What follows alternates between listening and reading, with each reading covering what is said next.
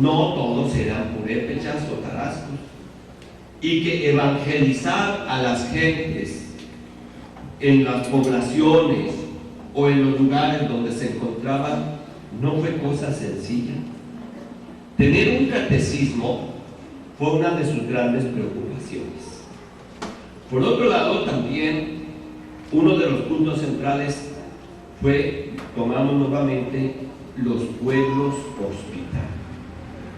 Allí en los pueblos hospital, don Vasco se preocupó porque las personas que ahí se acogieran recibieran una formación integral. Acuérdense que ellos estaban dispersos por miedo a los españoles y don Vasco fundó los pueblos hospital con la finalidad de acogerlos y facilitarles su vida, pero al mismo tiempo facilitarles una formación. Conocemos la mística de don Vasco gracias a sus documentos, entre otros, hoy les comparto brevemente dos: las reglas y ordenanzas de los pueblos hospital, en donde don Vasco les establecía un itinerario verdaderamente cristiano, humano, cristiano, espiritual y de crecimiento a las personas, a los indígenas que ahí se acogían en el pueblo hospital. Nosotros podemos tener acceso a estos reglamentos y ordenanzas de los pueblos hospital porque se encuentran en los archivos. Y, por ejemplo, decía don Vasco de Quiroga en general, porque ni sé cuánto tiempo me queda,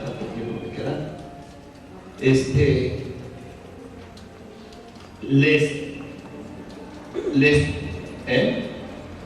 11, 12, ¿cuánto me queda? 3 minutos.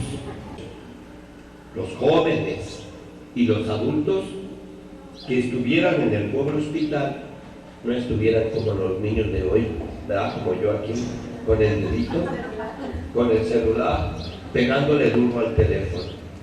Una de las cosas importantes que don Vasco de Quiroga tenía era esa: nadie puede estar ocioso y habrá que desterrar de la vida de los indígenas los vicios.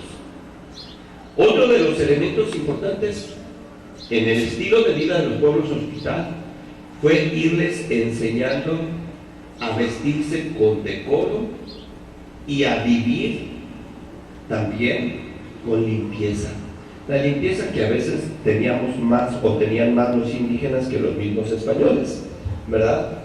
Pero dentro de las ordenanzas en los pueblos hospital que establecía don Vasco era que no anduvieran sucios, que no anduvieran desaliñados, que estuvieran, ¿verdad?, que tuvieran ropa.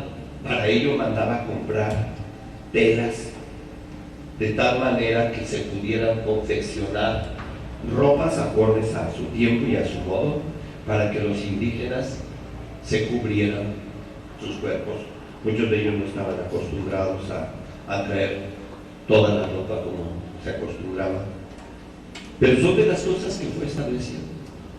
Otro de los puntos importantes, lo que podríamos nosotros hoy llamar de los ejes de la educación que había, era la instrucción religiosa de los niños, las niñas y los jóvenes. Procuraba que todos tuvieran su formación religiosa,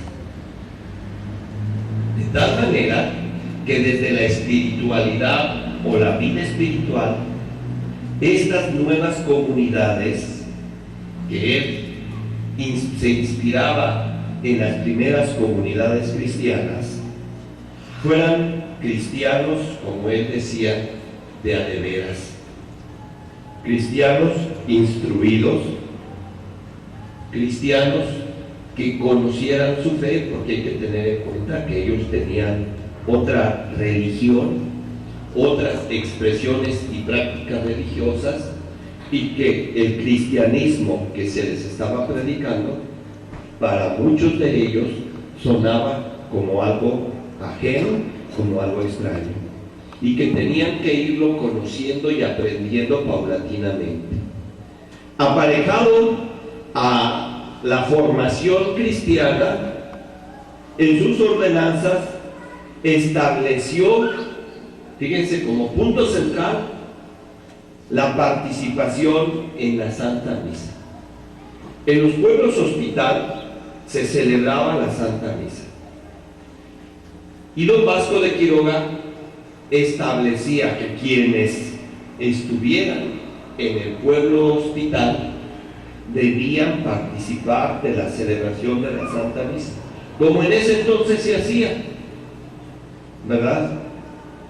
Hoy es muy diferente el ritual de celebración de la Santa Misa, pero don Vasco de Quiroga quería que los habitantes del pueblo hospital no se podían quedar sin la participación de la Santa Misa.